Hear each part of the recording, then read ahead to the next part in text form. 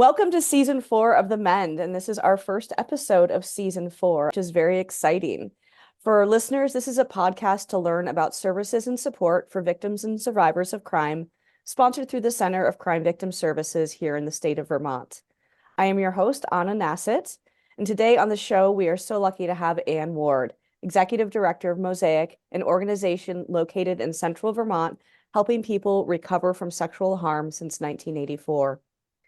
This show was created to take a deeper look at services, organizations, and concepts for victims and survivors of crime.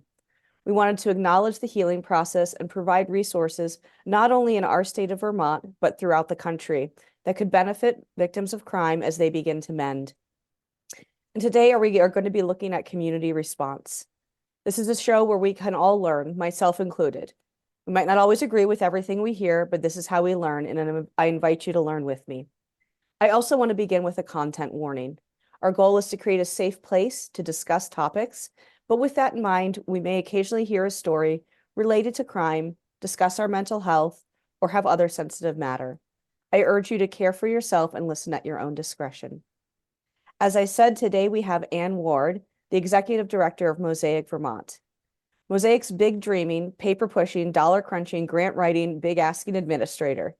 She is committed to a lifestyle of least harm and good and believes in community where all people are safe and valued. Anne has worked with people who have experienced sexual harm for more than a decade, focusing on sexual abuse prevention and healthy relationship. With a master's of education and humane education, Anne seeks to be a person who is able to identify inhumane, unjust, and unsustainable systems, listen for strengths in a community, and help generate change. After work, you can find Anne active in the foster adoptive community in central Vermont, both with children and animals. Anne, welcome to the show, and thank you so much for being here today. Thanks for having me. Yes. So, Anne, I always like to just kind of thank people for the amazing work that they're doing, and you just do such a tremendous amount of good and change making here in our state. So thank you so much for what you do for people. And I would love to hear a little bit about what led you to this work with just whatever you're comfortable with sharing. Sure. In Vermont, we say you can't get there from here. I feel like that's sort of true about how I came into this work. It really took a roundabout way. I've always been somebody who feels a lot of responsibility for helping to generate the change that I want to see in the world and wanting to empower other people to generate their own change work. Social justice called to me in a variety of different ways, and I've been at Mosaic for almost 6 years. Like most people who experience sexual and domestic violence, I never processed my own experiences through law enforcement. And in the process of being a foster adoptive parent, I've been fostering children and youth for almost 12 years now. I learned a lot about what happens when law enforcement gets involved in child sexual abuse and the additional harm that children and youth and families and communities experience just from the law enforcement, the justice system, as it were, and really was experiencing my own vicarious trauma from the lack of resources and attention to issues there. That was something I really believe needed to change. Children don't have a choice once law enforcement's involved in whether or not they can be involved, and they're put in a lot of really, really tough situations. So I believe in choice, and I believe if you don't have a choice, then we should be throwing every possible resource in your direction to make things as safe and comfortable as possible. At the same time, I'm somebody who believes pretty strongly in prevention, and this field in general is so wildly underfunded, but there's almost no funding for prevention work, and that's something that I came in really wanting to change. Amazing. Thank you so much for not only serving your community, but also opening your home to children. I mean, this is 24 hours a day for you, what you are doing. And it's Sometimes. really beautiful. And thank you for sharing how you came into this. And I do want to talk about prevention a little bit later on, because it's something that I'm very passionate about as well. But I would love to just have you share about Mosaic. What is Mosaic? What services are offered? And just kind of give our listeners a little bit of an education. Like many organizations of our type, Mosaic started out as, a volunteer, like a community care organization where people came together and responded to individuals experiencing harm. And over the past, oh, this is our 40 years, 40 years. Woo-hoo! Yeah. Amazing. Um, we've really changed shape quite a bit, and expanded our ideas of, what justice could look like. In our community. And so for Mosaic, we sort of have, people are always asking, what are your services? And we don't really have a menu of services for people who've experienced harm. There are things that we do a lot, right? We can go to sexual assault nurse examinations with folks. We can assist them in law enforcement. In forensic interviews. We do provide immediate financial support. We have a 24-hour helpline.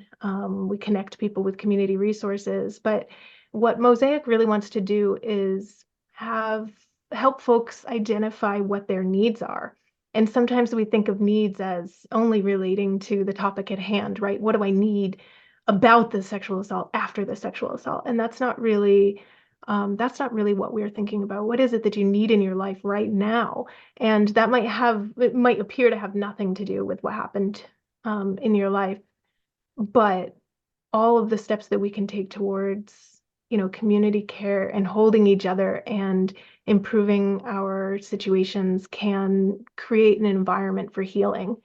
And so I have this incredible team of advocates, and new folks come in and they always want to make sure that they're doing it right or they're saying the right thing. And what's important for Mosaic advocates is that everybody reacts and interacts differently with people that they're helping to support, and that's okay. There's no right thing to say. There's showing up as yourself and caring about somebody else in the community and wanting to extend hope and grace and options.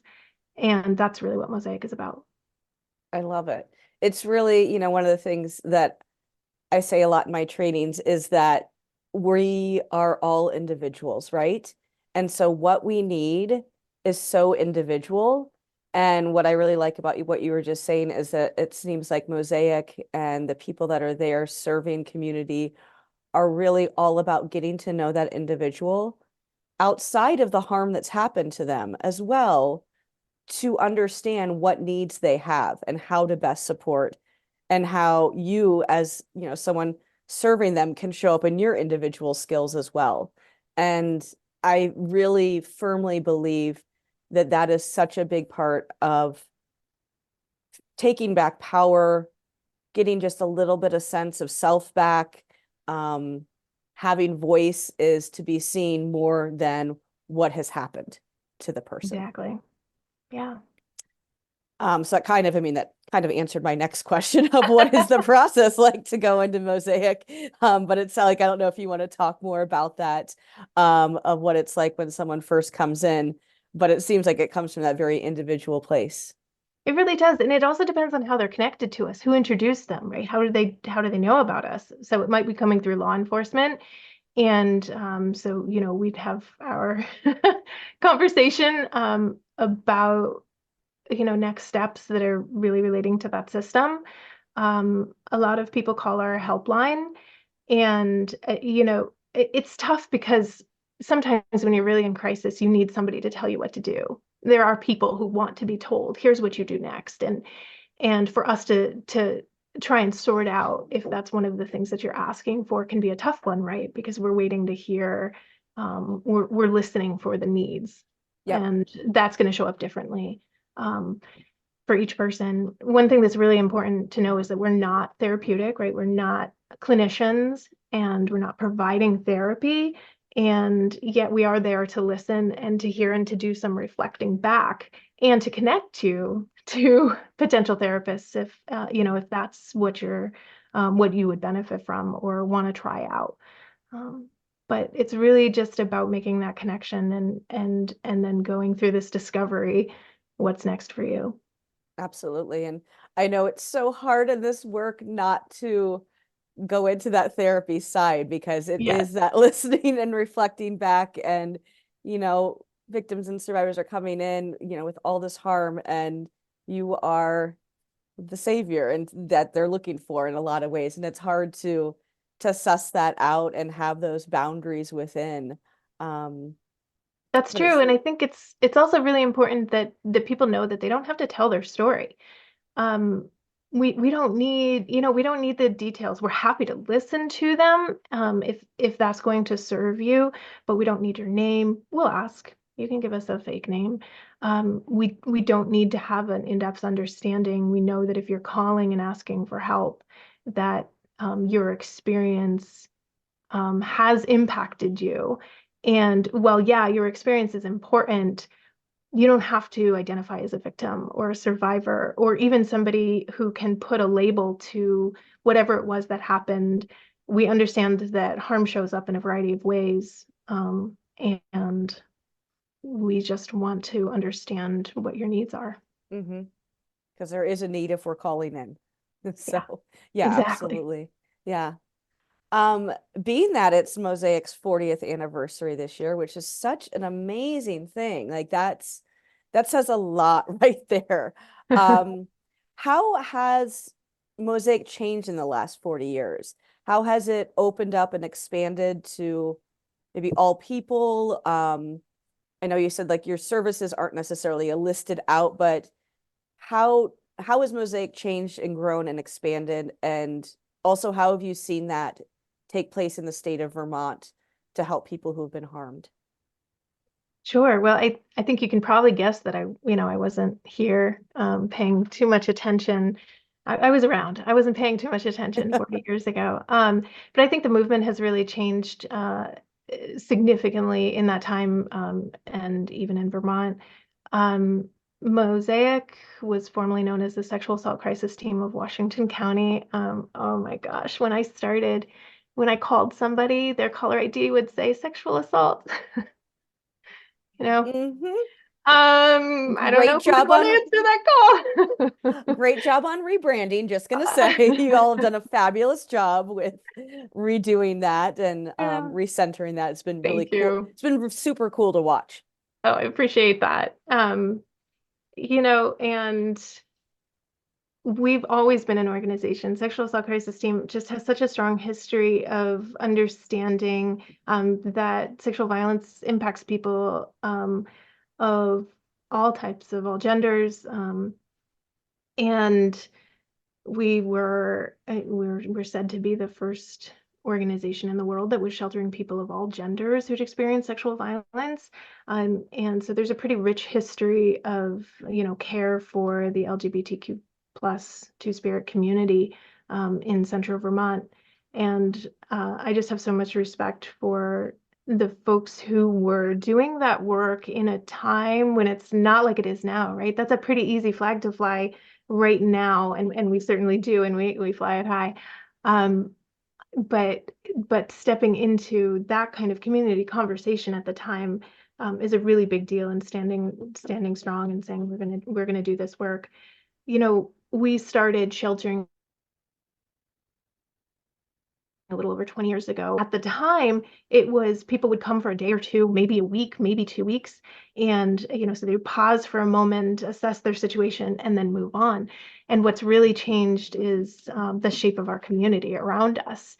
And, people are now could be in shelter for years without being able to find an appropriate place to stay. And, it's almost transitional housing at that Hmm. point.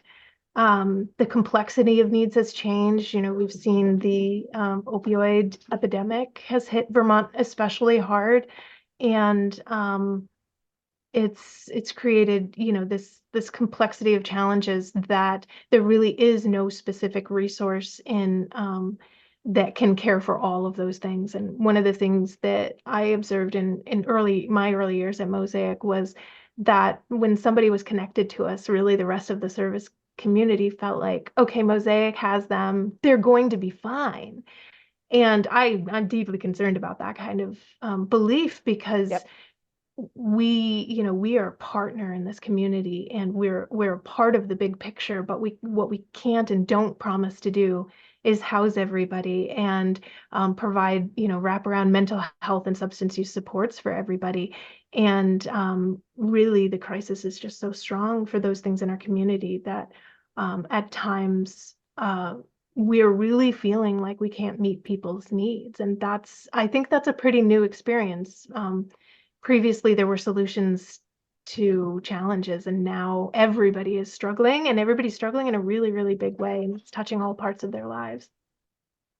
Well, and I think, I mean, as we say the word community a lot, right? Yes, And so the individual coming to you needs community response, not yes, just Mosaic response. And that's yes. a lot to, yeah, like you said, like everyone is so limited right now and everything's so strapped, but that community has to come in and surround that person to be able to get them the best things that they need so that It's they true. can eventually, find different housing or seek employment, any of those things, work with mental health, all of those. So I hope that community continues to surround this community organization.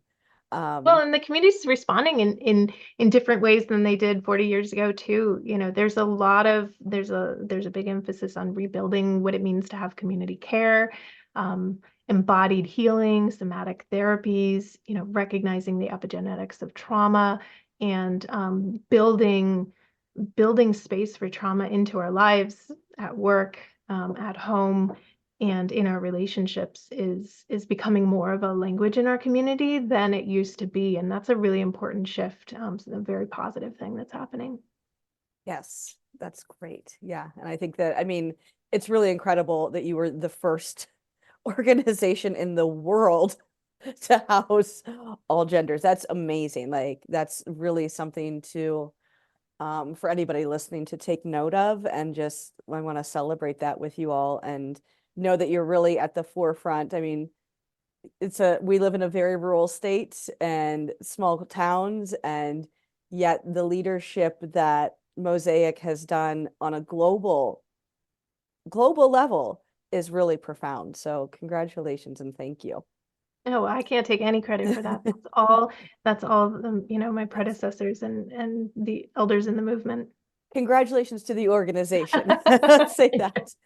Um, I'm going to switch around a little bit because I think that as we're talking about community, this is a good time to talk a little bit about what happened this summer in Vermont. For those listeners who aren't from Vermont, we had historic flooding in certain areas of Vermont, and Mosaic was flooded very badly. And it was a really like the housing that you have was flooded. And if you feel comfortable talking about this, because I know it was a really brutal time, I think it's important to share with our listeners so that they understand, that all of a sudden these services and the safe place was not there for a time and needed community. And there's so many different levels of that, of keeping people safe, asking for help, not, just everything that you had to navigate.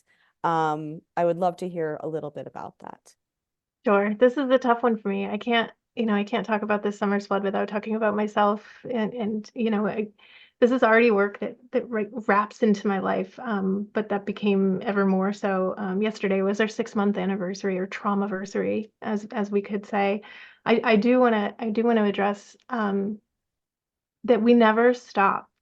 We never The phone kept being answered. The program staff just were phenomenal, and really well dealing with their own losses, and helping their community in a variety of ways, continue to support survivors.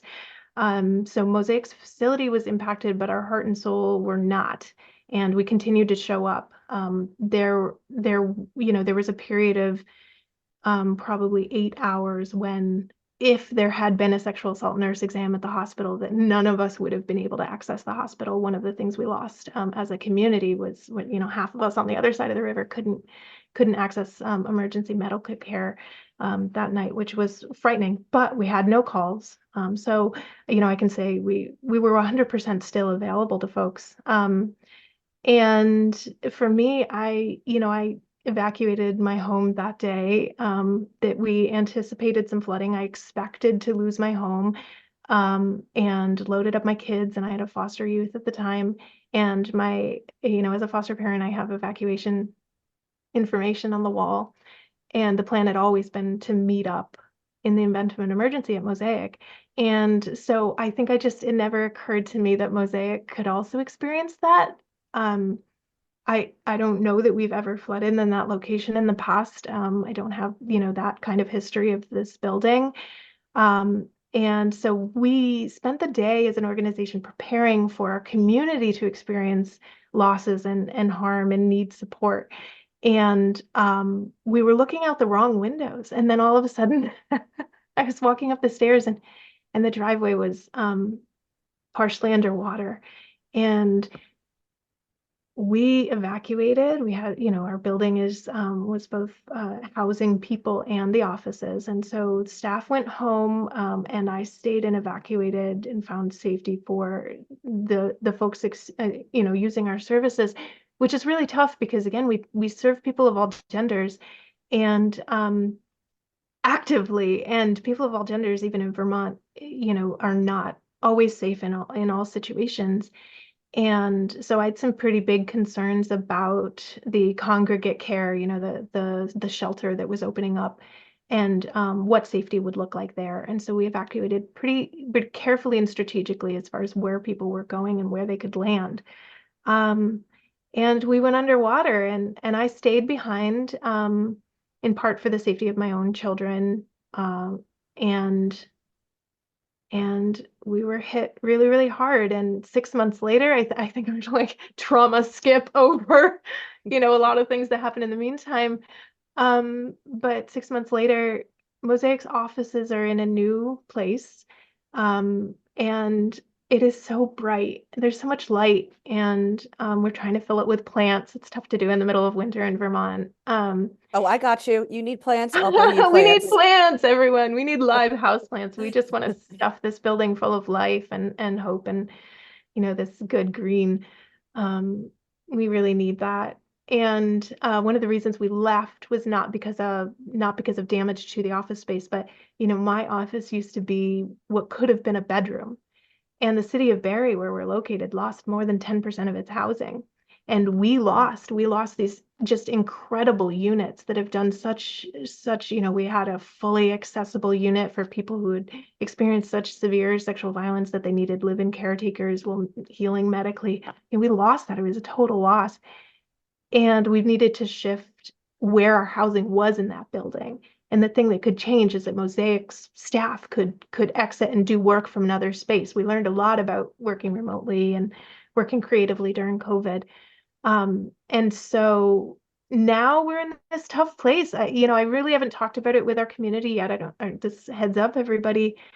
We're not going to have this building in the long term, and that has to do with federal and then state and then local codes and standards. And so Mosaic is facing losing, our biggest asset and our biggest program opportunity, Wow.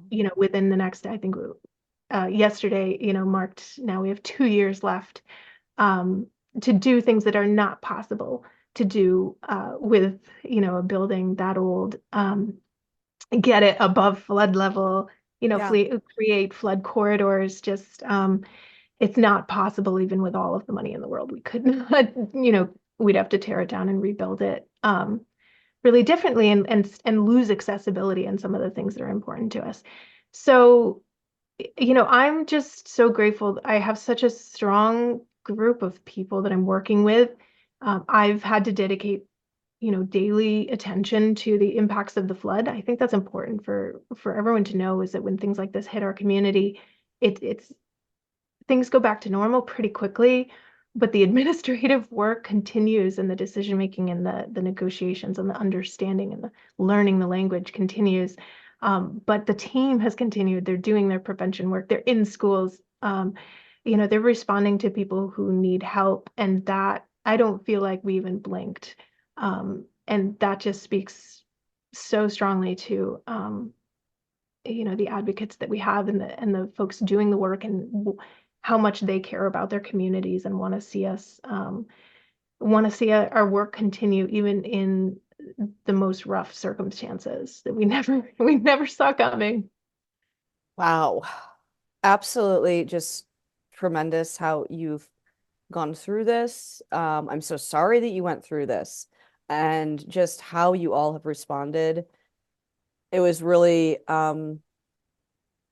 inspiring and just so sad to watch. Like it was both those emotions. I think so often about how we can hold two very complex emotions about the same thing. And I Yeah. remember sitting with you at lunch not that long after, it was a month after, something like that, and just seeing your wonderful staff and the the joy and positivity you all had while also being so exhausted. And I'm hoping for rest for all of you Thank as you. this continues. And yes, I have plants for you. So I'm looking out because I'm in my living room where I record. I'm like, oh, I've got plants. I love it. So one of the things you said was that you were continuing to do the work in schools and prevention, and I would love if you could briefly touch on um, prevention and how important it is, and how, I mean, I think that's one of the things that I've really seen shift in this movement over the last, if we look at Mosaic with 40 years, like that we're really starting to focus on that. And so I'd love if you could just briefly touch on your passion behind that and what you all are doing.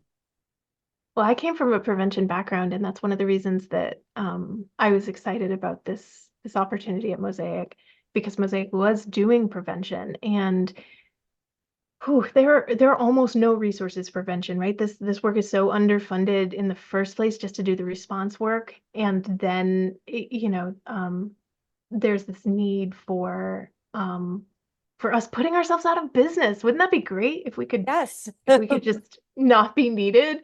Really is the goal, right? And I don't know if that will ever happen in that way. I think our work is going to continue to shift in really positive community serving ways in the future. But for me, prevention is a lifestyle. I think everybody has a part to play in it. It's a language, it's a way you interact with other people. And then it's also programming, right? And educating about how to do that. You can't do response work without doing prevention. So everybody doing response work is doing prevention work. Integrating it is a really a creative process. I think we're doing a lot of youth-led work, which feels really wonderful. That's one of the things that's changed in the last 40 years is the way youth are showing up, the way they're using their voices and their interest in engaging in community change. And so much of our work is youth-led. And for example, we have years ago we had a high school student who did a project with our support to develop a consent training for seventh grade. And so we have a school that every year a high schooler goes into the seventh grade and trains the entire seventh grade on consent. And that just it's just Amazing. holds through all of these years. And so asking youth what it is that they need to change, and what they want to do to change has just been so incredible. Um, and we're always looking for new opportunities and funding to be able to do that kind of creative work in more schools. We have a lot of requests, but not a lot of opportunities to actually, do the work. I think another thing that is also missed in this conversation about prevention is the way I grew up with prevention is it's always about keeping yourself safe or keeping your kids or your community safe from this known but unknown factor, right? The identifiable harm doer. And sexual violence is a lot more complicated than that. And we're all potentially harm doers. And it's not the other person. It's how we're showing up as community. It's how we're engaging with each other and with our youth. And we've all likely caused some level of harm. That's okay. That doesn't make us terrible people. And we could be working on more ways that we can show up without causing harm. On how are we teaching our youth? How are we working with parents or people who are going to become parents to raise children in ways that are affirming and supportive? And Um, we want people to learn how to be in healthy relationships, no matter what's happening in our lives. And I don't just mean to receive healthy relationship, but to give healthy relationship.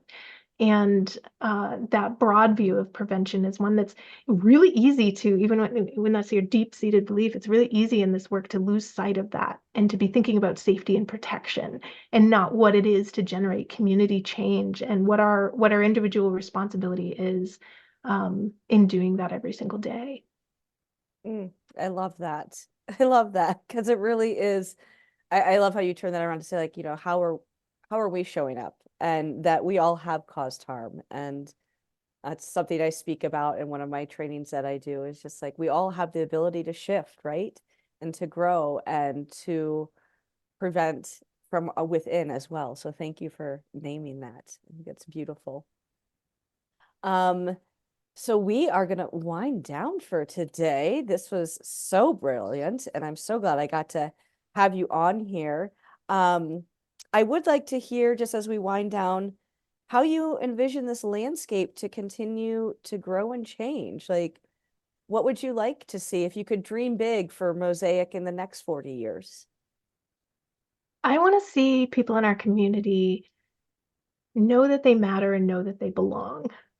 That seems really simple, right? But it's not. I would like to see us grow in the community care and the kind of community care that happened after the flood. We had so many people show up to help hold us through that and to support us through that, including men. Men engaged. Men found a role following the flood that I think this movement maybe has struggled to engage men in doing the work.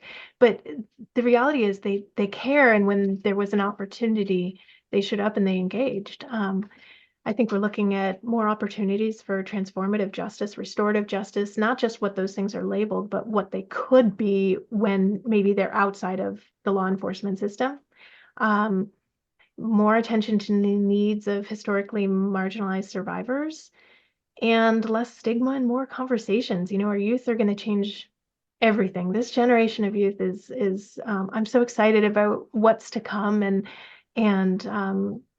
I feel like I'm always learning about what's next, and my predictions may or may not hold, but I have a lot of hope for the future and for everybody who comes and joins now and who follows us, really changing the world.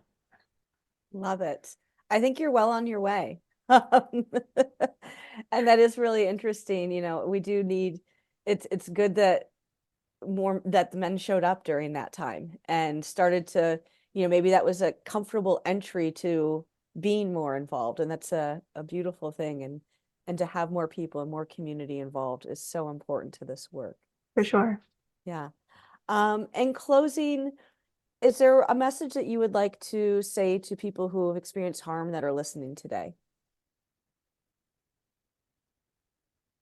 Healing is a journey, it's not a destination, right? It's not something we can achieve. If I do X number of therapy sessions, will I be healed? um, Trauma shows up in really creative ways and it can come in waves. And so um, maybe you came to a place in your journey that felt good and then you had a setback. That's okay. You can lean in or you can lean out. Um, I think we're often told how we should be behaving or, when we should stop grieving. Or whether or not something should be important to us. And those things just aren't true. You're not alone, even if you're going through it in your own way.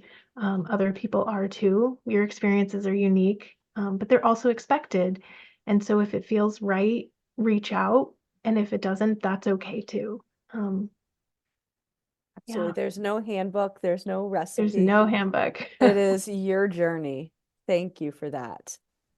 And thank you so much for being here today, Anne. It's been really, truly a pleasure and an honor sharing time with you. For listeners who would like additional information about Mosaic, you can go to mosaic-vt.org. And once again, thank you, Anne. This does it for us this week. If you have any questions about the show or ideas, I'd love to hear from you. You can contact me at anna@standupresources.com. It's been a pleasure spending time with you all here on the Mend. Be well, be strong, and goodbye.